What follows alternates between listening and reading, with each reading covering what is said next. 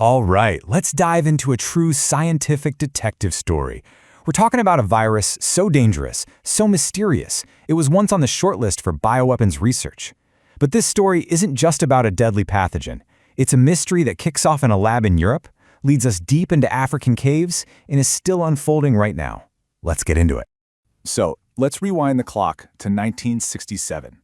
The world is in the middle of this incredible period of scientific discovery. But inside a few ordinary labs, a brand new, terrifying threat was about to emerge from a place nobody expected. And this is really the central question, isn't it? You have scientists doing routine work, using African green monkeys to develop and test vaccines. Totally standard procedure. But then something goes terribly, terribly wrong, and that routine work suddenly becomes a desperate race to identify an unknown killer. You can almost imagine the panic as the clues start coming in. First, lab workers in Germany get sick with this really bizarre flu-like illness. At the exact same time it pops up in Yugoslavia. Public health detectives get to work fast, and they connect all the dots to one single source, a shipment of monkeys that had recently arrived from Uganda. The final toll of this first encounter was 31 infections and tragically 7 deaths. But out of that tragedy, science had a name for its new enemy, the Marburg Virus, named for the German city where it first showed its face. Okay, so what was this thing? Once the initial outbreak was contained, the real investigation began. Scientists had to figure out what they were up against. It was time to unmask this new virus. Under the microscope, they found a filovirus, which means it's a very close relative of the infamous Ebola virus. And it looked weird. It has this unmistakable, long, thread-like, almost spaghetti-like shape. Its function, though, was brutally simple: to cause a severe viral hemorrhagic fever. Now, this is a nasty class of illness that goes after your circulatory system, causing blood vessels to become leaky, which can lead to catastrophic internal bleeding and organ failure. You know, the virus itself is shockingly simple. It's built from just 7 proteins. But you should think of each one as a specialized weapon in its arsenal. For instance, the glycoprotein, or GP, basically acts like a skeleton key that picks the lock on our cells and lets the virus waltz right in. And then there's VP35, which is particularly clever. It's like a stealth device that shuts down our body's emergency alarm system before our immune cells even know they're under attack. So, Marburg's attack strategy is a brutal 4-step process. First, it doesn't just infect any cell, it specifically targets our own immune cells, the very ones meant to protect us. Then, it hijacks them, using them like Trojan horses to hitch a ride and spread all over the body. But step 3 is where things go completely off the rails. It's called a cytokine storm. The virus essentially tricks our immune system into a total meltdown, causing it to release so many inflammatory signals that our own body starts to attack itself. This is what leads to system-wide collapse, leaking blood vessels, failed blood clotting, and one by one, organ shutdown. And all that internal chaos, it gave rise to a chilling nickname, the bleeding eye virus. Now, it doesn't happen to everyone, but the damage to the vascular system can be so severe that it can actually cause hemorrhaging in the whites of the eyes. It's a horrifying visual that really drives home the devastation happening inside the body. So, for decades after that first outbreak in '67, Marburg just vanished. It was like a ghost. The next big chapter in this detective story was a hunt for its hiding place.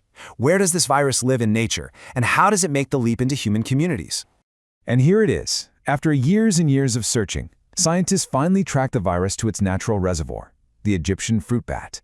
The incredible thing is, these bats can carry the virus and not even get sick. They live in these enormous colonies, sometimes deep in caves or old mines, and they shed the virus in their saliva and droppings.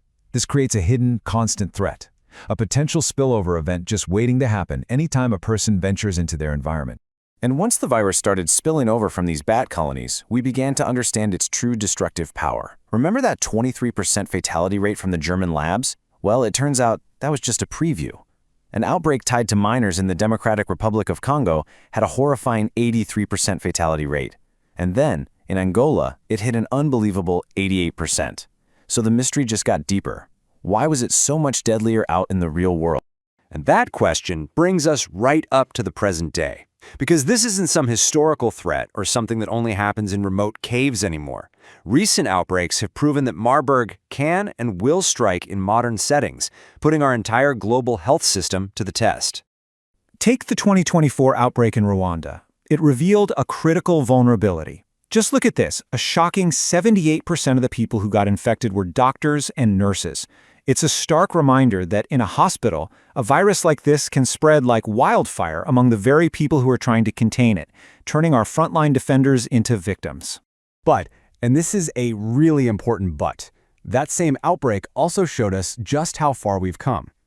The case fatality rate was only 23%. Why? Because Rwanda's healthcare system was able to throw everything it had at the problem: aggressive supportive care, like IV fluids and electrolyte management. To go from an almost 90% death rate in Angola down to 23%, that is a massive, massive win for modern medicine. It's proof that good healthcare saves lives, period. And if we look at the Rwanda outbreak next to one that happened just a year later in Ethiopia, you see two completely different scenarios. Rwanda was a battle fought inside hospitals, but Ethiopia looked more like a classic spillover event, likely from bats, and the fatality rate was much higher, up at 64%. It just goes to show there's no one-size-fits-all playbook for fighting Marburg. You know, for most of Marburg's history, that playbook was pretty thin. It was basically just quarantine and hope for the best with supportive care. But now, the story is finally taking a very optimistic turn. For the first time ever, we aren't just defending. We are actually on the attack. Right now, there are two leading vaccine candidates that are giving us a ton of hope. The Sabin Institute's vaccine cleverly uses a harmless chimp adenovirus as the delivery truck to show our immune system a piece of the Marburg virus, and it's already getting a 95% antibody response in early human trials. The other one, from IAV, uses the same brilliant technology as the highly successful Ebola vaccine and has shown 100% protection in animal studies. These are absolute game changers. And get this, it's not just about prevention anymore. We're finally developing treatments for people who are already sick. We're talking about things like monoclonal antibodies, which are basically lab-made proteins that can hunt down and neutralize the virus in the body, and antiviral drugs like remdesivir can stop the virus from making copies of itself.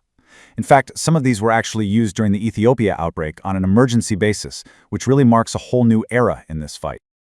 So, with vaccines on the way and new treatments being tested, it really feels like we're nearing the end of our story. But Marburg, it seems, has one last sinister twist in store. The threat doesn't just disappear, even for those lucky enough to survive. This is one of the most fascinating and, frankly, unnerving things about this virus. It has the ability to hide out long-term in what scientists call immune-privileged sites. These are parts of the body where the immune system doesn't patrol as aggressively, like the eyes, the central nervous system, and for men, the testes. So a person can be fully recovered, feel perfectly healthy, but the virus is still there, just lurking. And this viral persistence creates some very real long-term dangers. First, survivors can struggle with chronic health problems for years. But even more concerning is that the virus can remain active in semen for months, which means it can be sexually transmitted long after a person has recovered from the initial sickness. This completely changes how we think about outbreaks. An outbreak isn't really over just because the last patient goes home. The follow-up care and surveillance have to continue for a long, long time. Which brings us to the big question, the one we have to end on. On one hand, we've made these incredible scientific leaps, turning a disease that was almost always a death sentence into something we can potentially prevent and even treat. But on the other hand, we have this ancient virus that's hiding in bat caves across a continent and can silently persist in the bodies of survivors.